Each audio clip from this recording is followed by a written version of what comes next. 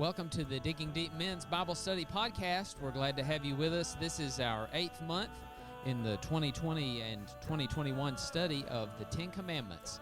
And we're on the 6th commandment, you shall not murder. We're glad to have you with us to study this. I'm sure you've been digging in Exodus 20 and Deuteronomy 5 and other passages. We appreciate many new members of our Facebook group.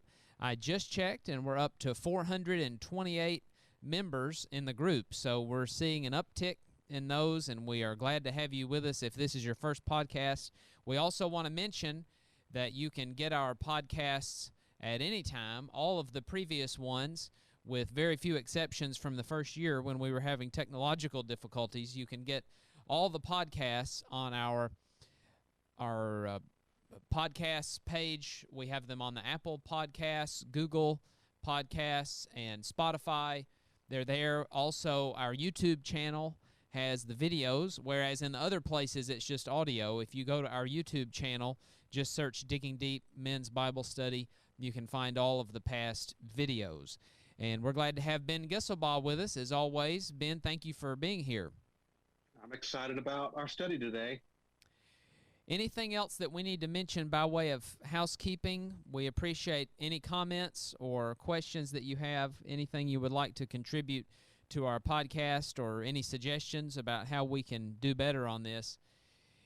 We want to introduce our study today by talking about the fact that the subject matter, it has been on people's minds ever since there was any sin to contemplate practically, because we go all the way back to Cain and Abel to think about the topic of murder, and we look at the history of mankind in various cultures where unlawful killing or killing that was unjust, the killing of innocent people, has been a moral taboo, even in societies where, as far as we know, there was limited or no special revelation from God directed specifically to those people. There has been the recognition that human life is to be respected, and it's different from animal life, and this has caught the attention of people who are in the natural law theory, or who support the natural law theory of ethics, where our moral obligations are grounded in inherent moral principles with which we are born, that we may try to suppress, but ultimately we cannot, because we are made in God's image. And we certainly, while we may not be natural law theorists in ethics, I'm a divine command theorist, but at the same time, we respect the notion that being in the image of God includes a respect for human life. Wouldn't you say, Ben? Absolutely. I think that there are some things that God has just embedded in us. We have a natural understanding of right and wrong that everyone's born with, and people that don't have that, they only don't have that because they're either mentally handicapped or because they've had to unlearn it through conditioning. That's right. Well, Ben, let's talk about what this command entails. The King James Version probably has done us a disservice over the centuries by translating the command, thou shalt not kill, because it makes it sound as though the taking of any biological life whatsoever is a sin, was under the old covenant. But that's not the case, is it? Right. That would be contradictory to the rest of Scripture. So I asked the diggers to find some Old Testament passages, some New Testament passages that authorize the killing of animals, and then, under certain circumstances, the killing of people, including capital punishment and cases where God commanded the killing of people. So this would demonstrate that there are cases where God either approves or actually requires the taking of animal or human life. I guess maybe the way to introduce this would be to say our definition of murder, what is being forbidden in Exodus 20 and in Deuteronomy 5, is murder forbidden is the deliberate taking of innocent human life, we might add by another human being, because human beings are the only ones to whom moral categories apply. Perhaps more human beings are the only ones who can deliberate. At least we deliberate in a unique sense. So murder is the deliberate taking of innocent human life by another human, and I would add this caveat too, without a special command from God, without Right. God authorizing the killing in that particular case. Because if God says, kill this person, then it becomes right to kill the person, because God is uniquely situated to decide when a person's life ends. He gives everybody Yes. his or her lifespan, generally speaking. He makes the human life last a certain amount of time, but it's also his prerogative to cut that time short if he wants to, or to command somebody else to cut a person's time short. But the general rule is, without that special command from God, the general rule is, if you deliberately take an innocent human being's life, then you have violated this principle. You've murdered. And the reason we... And by the way, go ahead. God himself is incapable of murder. It is impossible for God to commit murder because, number one, per the definition, he's not a human being. So he can take a human life and it not be murder because he's not a human being. And furthermore, remember, all life belongs to God. He is the giver of life. And as such, as he is sovereign, he can take human life at his pleasure and it not be murder. That's right. And we could even be broader and say that moral categories as such don't govern God. He's not subject to them because he's the one who makes them all for us. And our moral duties and obligations are the result of God's legislation. And so God doesn't have to operate according to some rules that are placed on him from some external source. And that is true of murder, as you're saying. Appreciate that. Okay, maybe Genesis 9, verses 3 through 6 would be a good place to start, because in this passage, we see not only that human life is sacred, that it shouldn't be violated, but also that if human life is unjustly taken, then death is the penalty, according to the law that God gave to Noah here, and then it's going to be inculcated again in the law of Moses, and then it's going to be approved in the New Testament.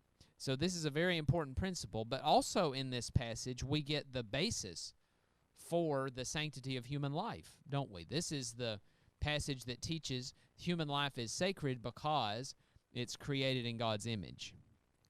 So maybe let's read beginning in verse 3, and we're going to see that animal life can be taken for the use of humans as we have dominion that we exercise over the planet. Verse 3 says, "Every moving thing that is alive shall be food for you. I give all to you as I gave the green plant. Only you shall not eat flesh with its life, that is, its blood. Surely I will require your lifeblood. From every beast I will require it, and from every man's brother, I will require the life of man. Whoever sheds man's blood, by man his blood shall be shed. For in the image of God he made man.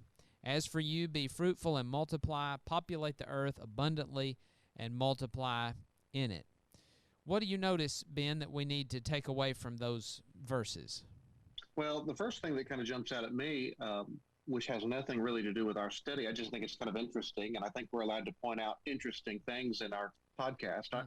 He authorizes the eating of all animal life. It wasn't until the covenant with Abraham and the extended covenant after that, with Moses, that you have this further restriction about clean and unclean animals. But you have all animal life originally being available for human consumption. I think that's kind of interesting. And that's restored in Mark 7 and Acts 10 in the New Testament. Very good. Right. But the implication here, just as far as our study, is God is authorizing humans to take the life of animals for their, it's going to further the flourishing of humanity. And so we have that available to us. And it doesn't meet the definition of murder, because murder is the taking of innocent human life, not animal life. And we should say that our definition of murder that we're promoting in our study notes is based on these passages. It's not as though we're saying this is our definition of murder and it just so happens we can find it in these passages. Rather, what we're saying is these passages teach that there is the taking of biological life that is wrong, that would be murder, and there's the taking of biological life that isn't wrong, and that's not murder. And so we appreciate that Scripture sets the parameters for us, and it's not something that we come up with independently of those verses.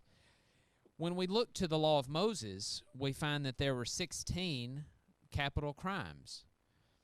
The crimes listed in the article that I had the diggers read from Dr. Dave, including sexual sins and kidnapping and, of course, murder.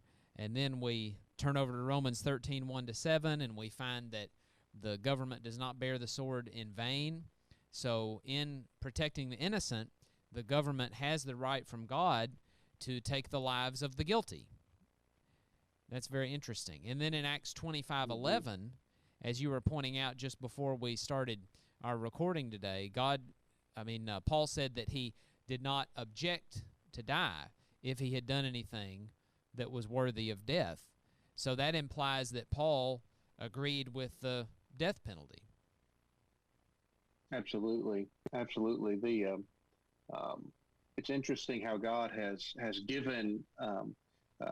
We find Old Testament commands, the 16 or so capital crimes or crimes worthy of death, and that was given to the Israelites, which was a theocracy. But now at Romans 13, he gives that authority to civil authorities, right? Many of which are not. They're not Christians. Many of which are not. They don't recognize God's authority, and but he's given that authority to the civil authorities, which I think is kind of interesting. This pivoting of authority. And then we might notice God's commands that people kill, even that God commanded the killing of others.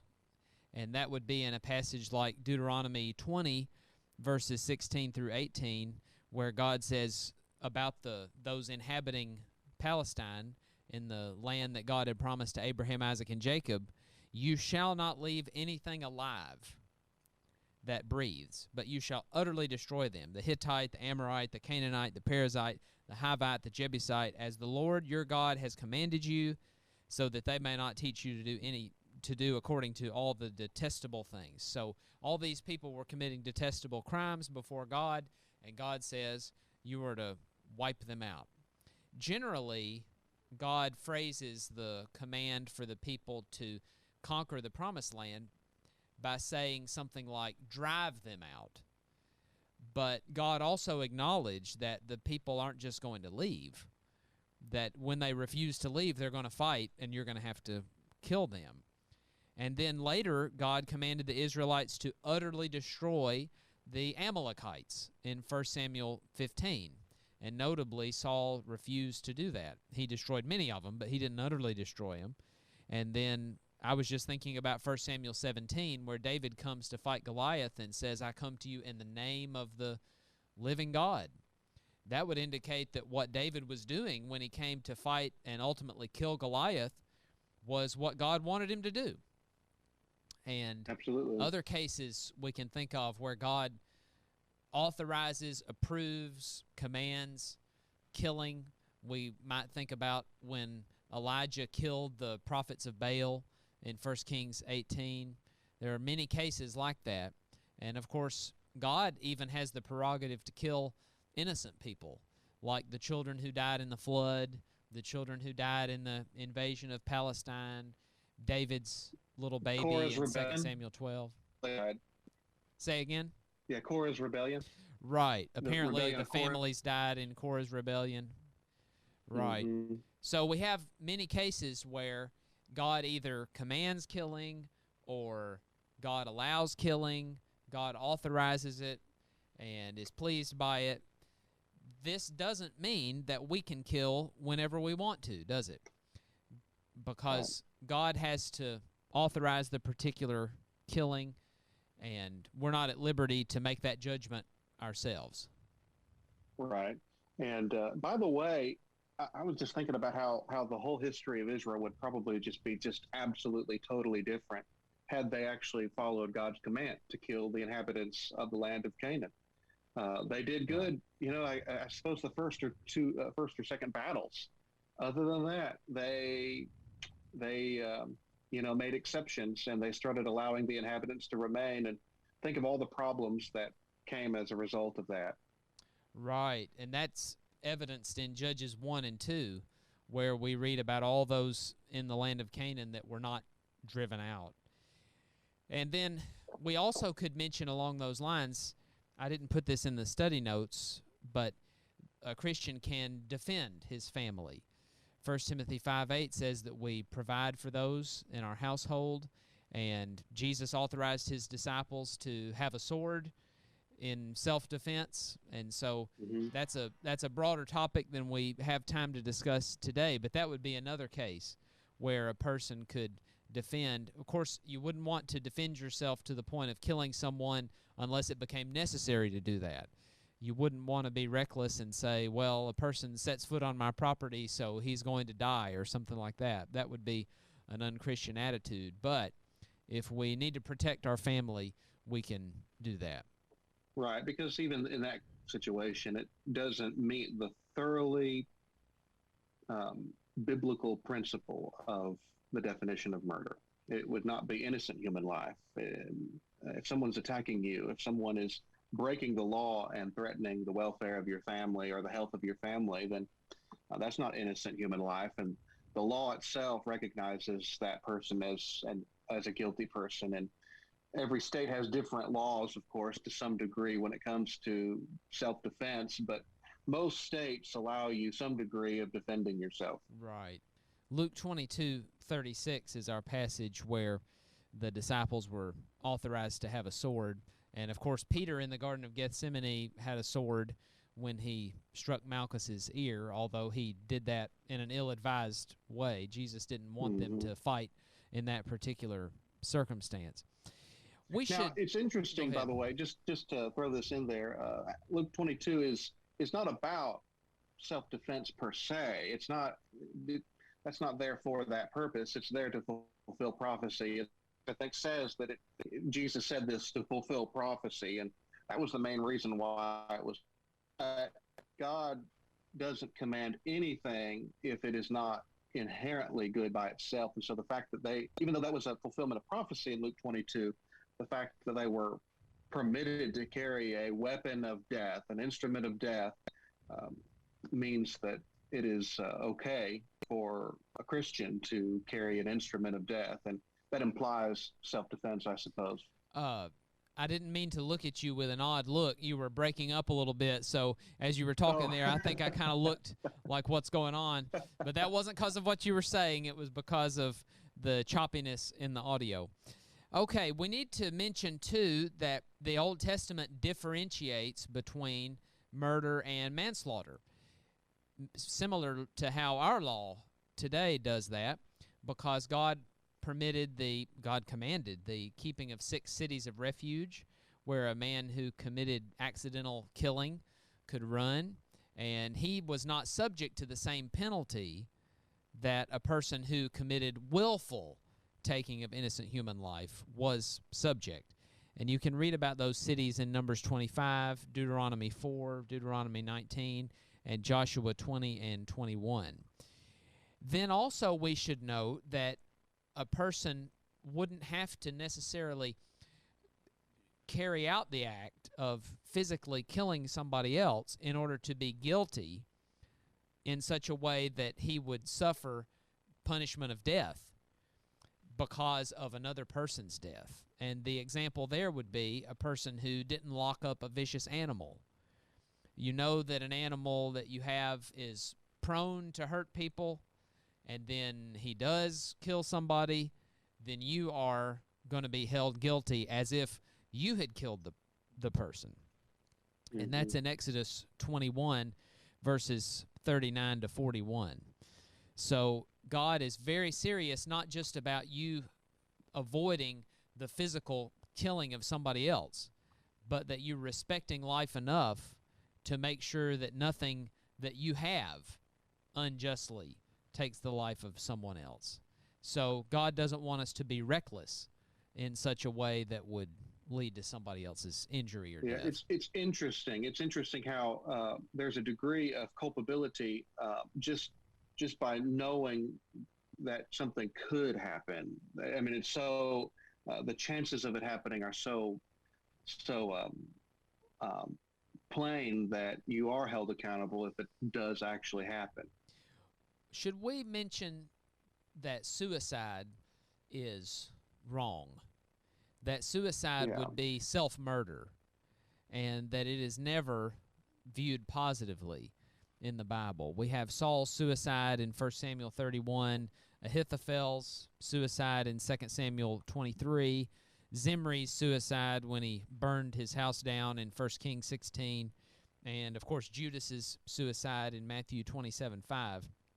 Mm-hmm. In each of those cases, there is nothing positive said, and even in the case of Zimri, his whole reign is pictured as being negative there in the same context where his suicide is mentioned. So suicide is not a noble escape from the difficulties of life, because it shows disrespect to the gift of God, which is your biological life. So what would you add to that? I don't have the prerogative to take my own life. My life doesn't belong to me. My life belongs to God. And like you said, it's a gift.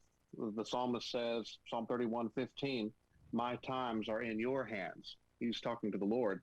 And it is selfishness, it is arrogance, it is presumption to take my own life. I didn't give my own life. God gave my life. And to determine when my life is going to end, rather than letting God make that decision, that's arrogance and that's sin.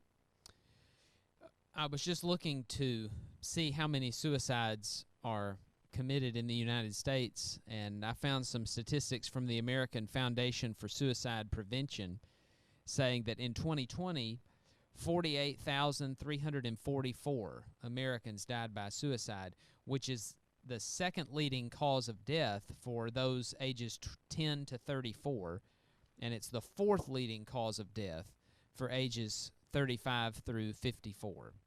So it's just shocking to think about how many suicides are committed, and it just shows that we very often don't know the inner struggles that someone is facing, and we should be sensitive and gracious, but also at the same time urge them to respect the gift of God. Not only is murder up in this country lately, especially in the wake of COVID, but I think suicide is up as well. I've heard that. And if someone would like to give us some more statistics, maybe post it on the Facebook group, and that would be helpful. And then I thought it would be good to look at how idol worship involved murder in the Old Testament. Remember, God wanted the people to be distinct from those nations around them, specifically those nations that inhabited the Promised Land. And as the Israelites were failing to drive them out, they also eventually adopted many of their idolatrous practices, and one of those was child sacrifice. And Psalm 106 connects child sacrifice with demon worship, which may be just saying that the demons approve of child sacrifice, that you are worshiping in accordance with what the demons want you to do. But then on the other hand, it may be that there was some actual worship, literal worship of demons going on. But Leviticus 18:21, Leviticus 20 verse 2, Deuteronomy 12:30 and 31, Deuteronomy 18:10, these passages prohibit child sacrifice. But in 2 Kings 21, very notably, Manasseh sacrificed his children to Molech, and then thankfully later Josiah tore down the idol worship structure for Molech and purified the land as much as he possibly could of idol worship. Ironically, it was David's son Solomon who first built a high place for Molech, and he's called the detestable idol of the Ammonites, 1 Kings 11 and verse 7. So child sacrifice is certainly a terrible thing. It is murder, and it was connected with the idol worship that God was trying to expel from the land of Canaan. And then maybe we could, let's see, we don't have a whole lot of time left. So would we like to skip on to the New Testament and talk a little bit about what the New Testament says about murder, and then we'll give some examples of murder in contemporary times?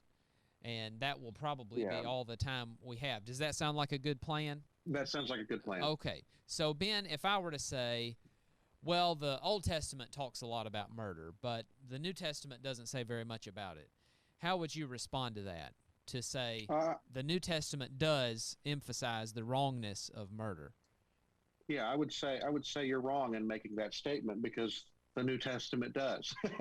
Good. And of course, I think the foundational role in the New Testament is, at least one of them is a higher law, of course, and that's why in the great Magna Carta of Christianity, you have the Sermon on the Mount, Matthew 5, 6, and 7. You find in the conclusion of that sermon, you have Matthew 7, 12. We need to treat one another as we would want to be treated. And so think about how that governs so many aspects of life, and that would include this principle of murder. So many things are made a sin, even if they're not specifically mentioned as sin. So many things are made a sin because they're in violation of that, what we would call the golden rule. And I need to treat people as I would want to be treated. And that has significant bearing on this issue of murder. We also need to say, though, about the golden rule, that it cannot be abused to permit sin. In other words, we can't say the golden rule teaches me to do unto others as I want them to do to me. So if I were to ever want somebody to kill me, then I should respect those wishes. So if somebody asks me to kill them, I should do it, because so many biblical principles would oppose that. So I have to keep the golden rule in the context of the Sermon on the Mount, which is Christian living.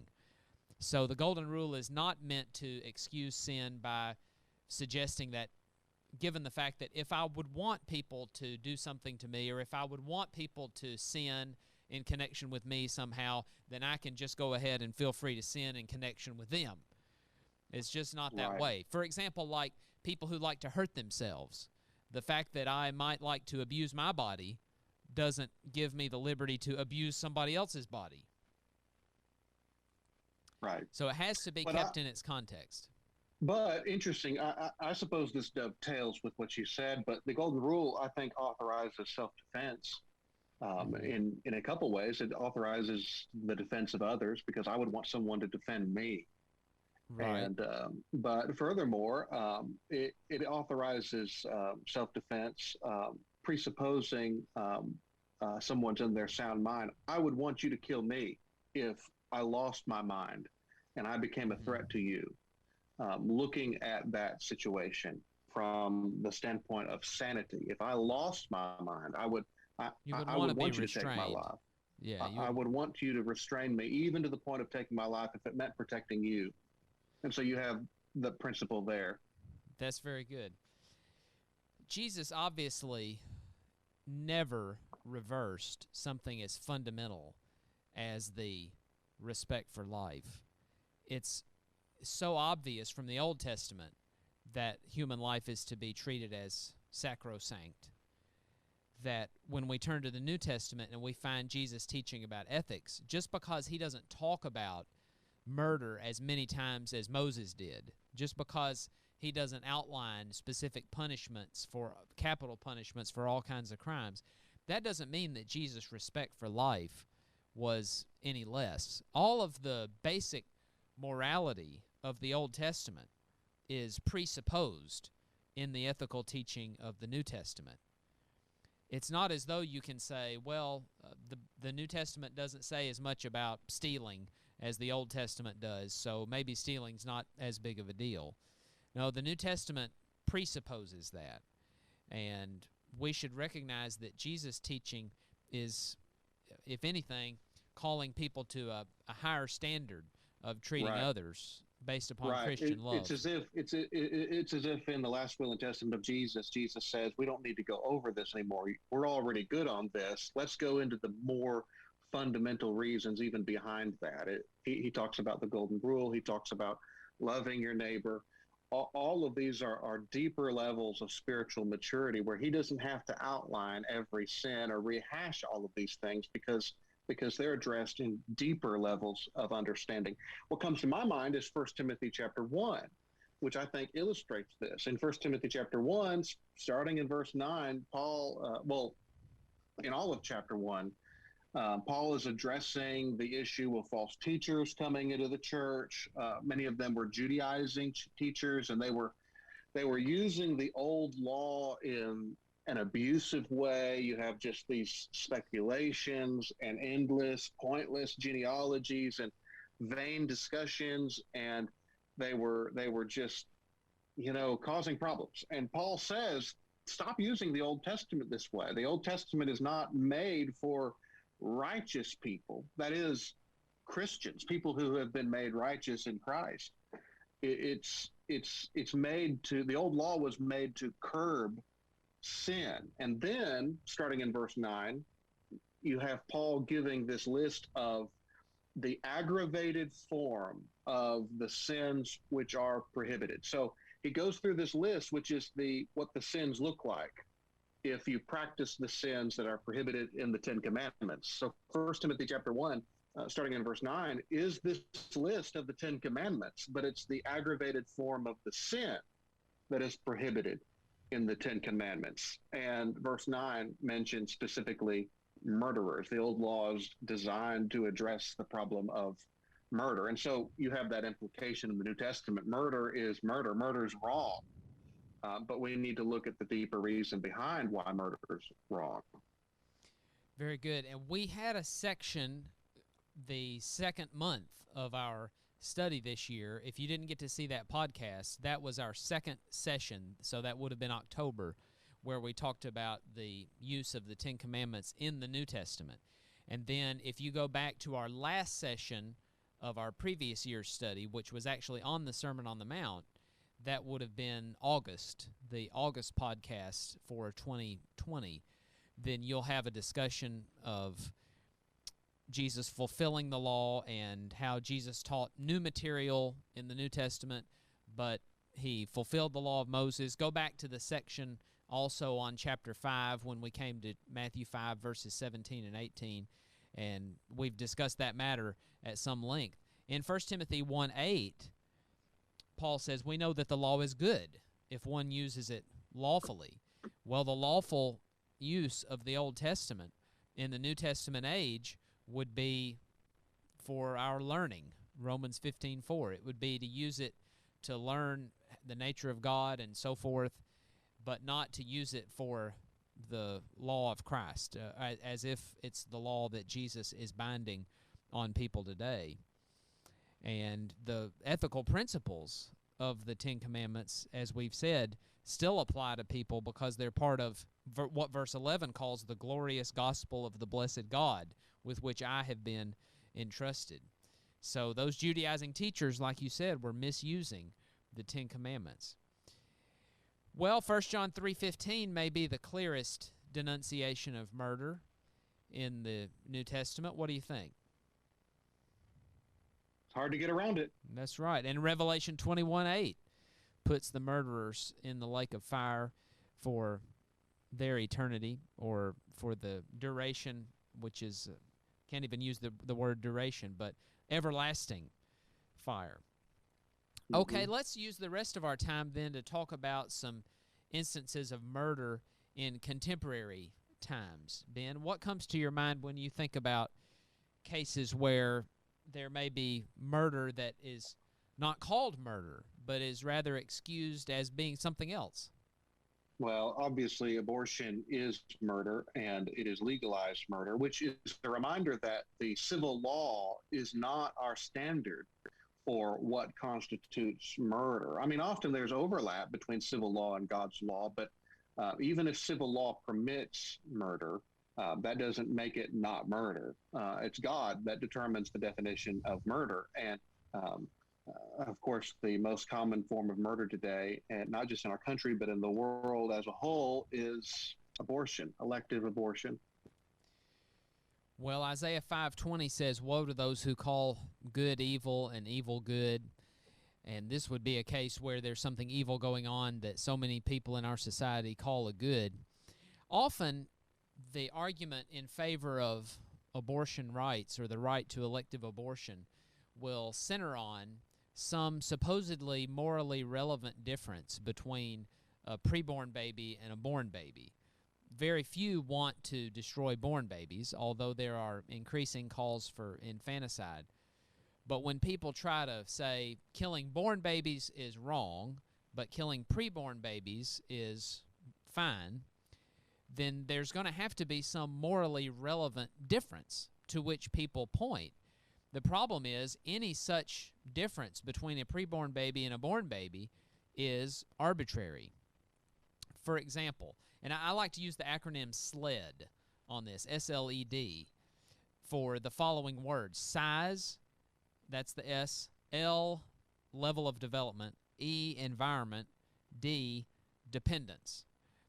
So the arguments in favor of abortion will often center on these alleged differences. So there's a size difference between a preborn baby and a born baby, surely, but there's also a size difference between a born baby and a 10-year-old.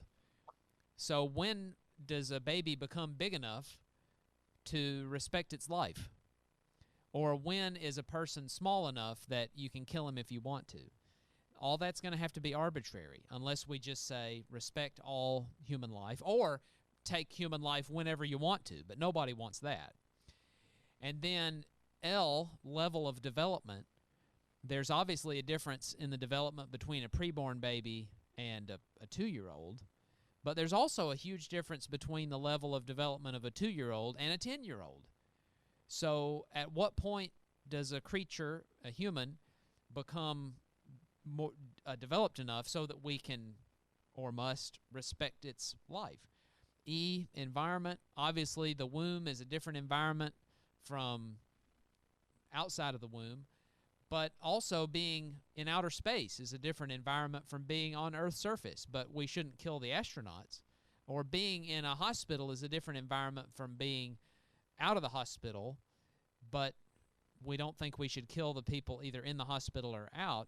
So it's not obvious that a person's environment has a bearing on the sanctity of his life or whether it's permissible to kill him.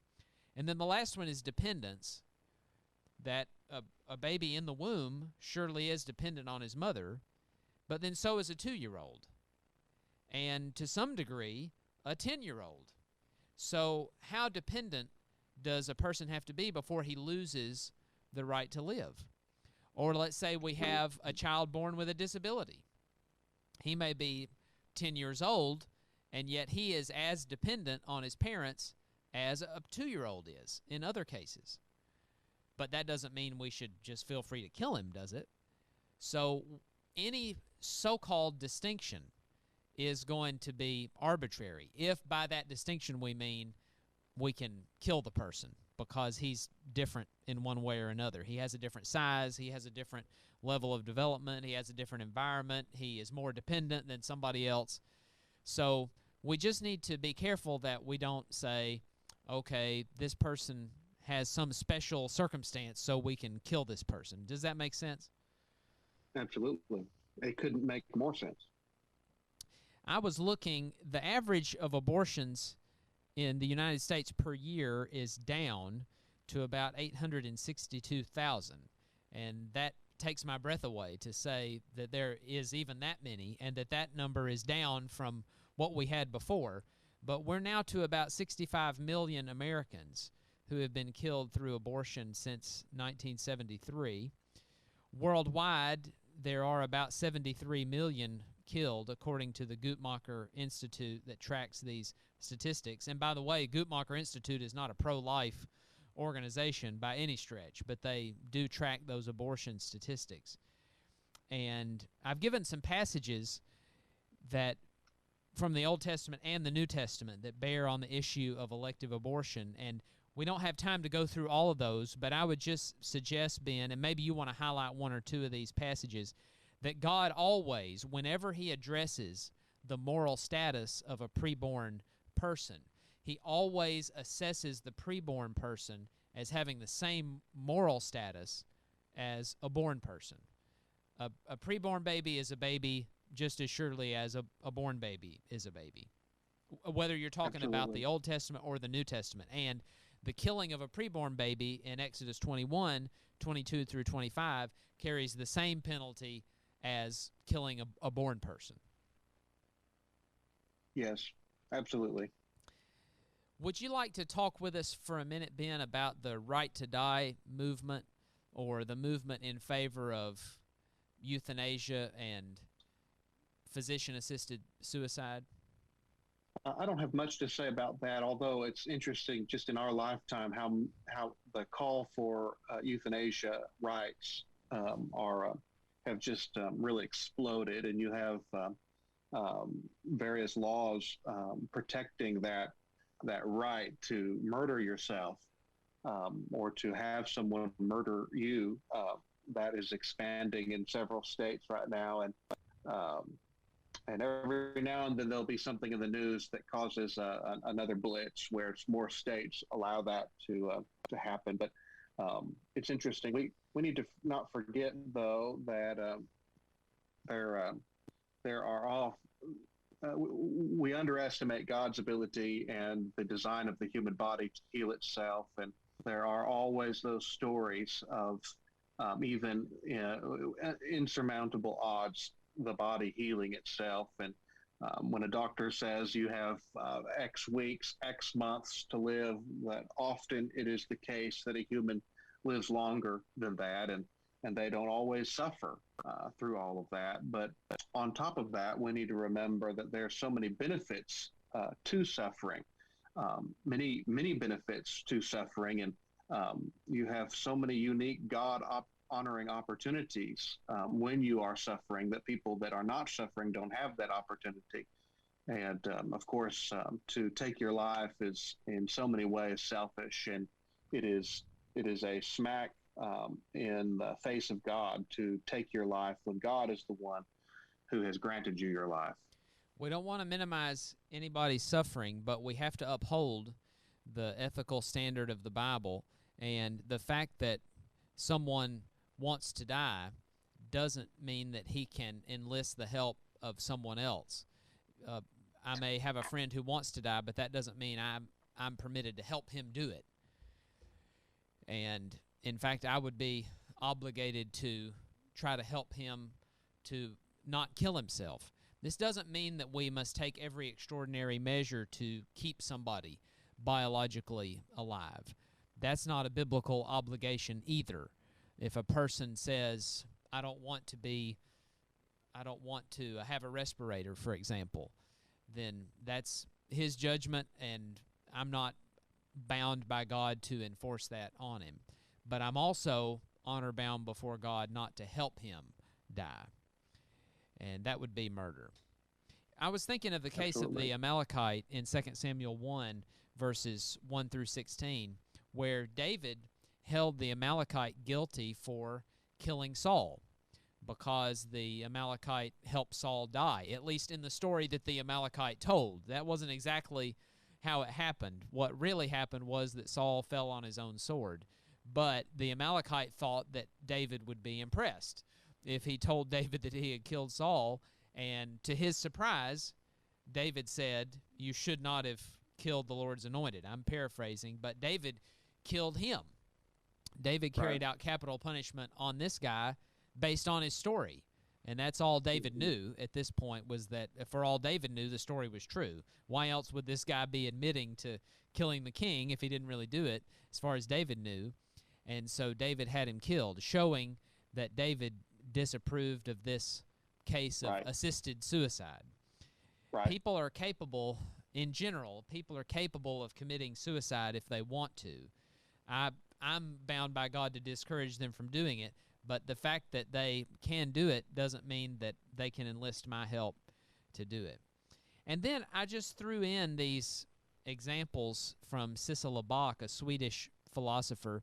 She's pretty old now. She's in her 80s, but she has pointed out, she's done some of the most insightful writing on physician-assisted suicide, and she's pointed out the particular aspects of the slippery slope that's involved, because once we open the door and say, under the right circumstances, we will help people die, then we have to start determining what are the right circumstances, and the physicians who are supposed to assist are not in the best position to even determine, A, what those right circumstances would be, and B, if the patient even meets the criteria that we have established.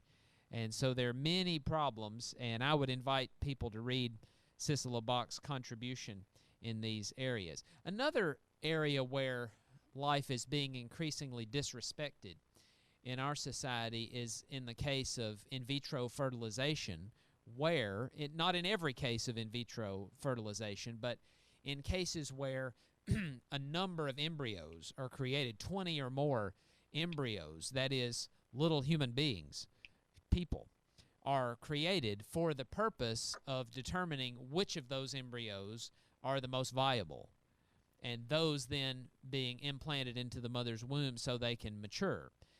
The problem ethically with it is that the embryos that are deemed less viable are, in many cases, destroyed, and in other cases are indefinitely frozen.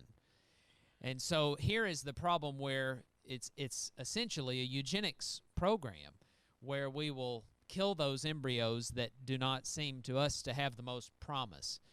And I would hate to be one of those embryos, but it's becoming more and more common because the technology for in vitro fertilization, in vitro literally meaning in a glass, because the fertilization occurs outside the womb in a laboratory. But it's becoming so common, and people are thinking to themselves, well, I can have a child in this way, and it's very easy to do. It solves a lot of reproductive issues that either the man or the woman might have, difficulties that they might have. But we need to remember that the embryo, that is the fertilized egg, is a person according to the Bible, and needs to be treated as a real child and not as something that's disposable. Absolutely. Absolutely. Well, we need to look at Romans chapter 13 and verse 9 before we conclude, Ben. That's a passage that I meant for us to discuss, where Paul says, "For this you shall not commit adultery, you shall not murder, you shall not steal, you shall not covet. And if there is any other commandment, it is summed up in this, saying, you shall love your neighbor as yourself." That Deuteronomy 19:18. Love does no wrong to a neighbor, therefore love is the fulfillment of the law. And so here in the New Testament, Paul is commanding people to follow these ethical principles that they had known if they were from Jewish background, that they had known from the Ten Commandments. And it's summarized in love your neighbor as yourself. Well, if I love my neighbor, I don't even have to love him as much as I love myself to avoid murder. But if I love my neighbor, then I'm going to avoid killing him. But even beyond that, if we turn to 1 John 3, we find I'm not going to hate my neighbor either, because hate is that emotion that, if unchecked, always leads to murder. Right. And I need to make sure that I don't view him less than myself, as a lesser creature. I don't need to undermine his dignity. And of course, that's thoroughly biblical. That is in the Sermon on the Mount. Jesus makes it very clear that I need to respect the fact that this is another human being made in the image of God, and therefore has incredible worth. The basis for respecting life is not the power that I have or that another person has, or the social status, or the gender, or the race, or whatever. It's none of those external superficialities.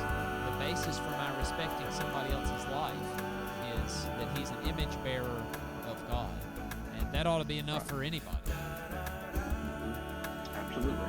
Well, Ben, you've been very kind to comment and be with us today. We appreciate your participation, and we appreciate the participation of all of our diggers. Keep up the good work. Let us hear from you with your comments or questions for the podcast, and we will be praying for your fruitful study as you continue to study the Ten Commandments with us. And before too long, we'll be announcing our topic for the next year, and hopefully we'll have even more people studying with us then. Ben, any last words before we conclude? That's it. I enjoyed this study. Great. Thank you so much.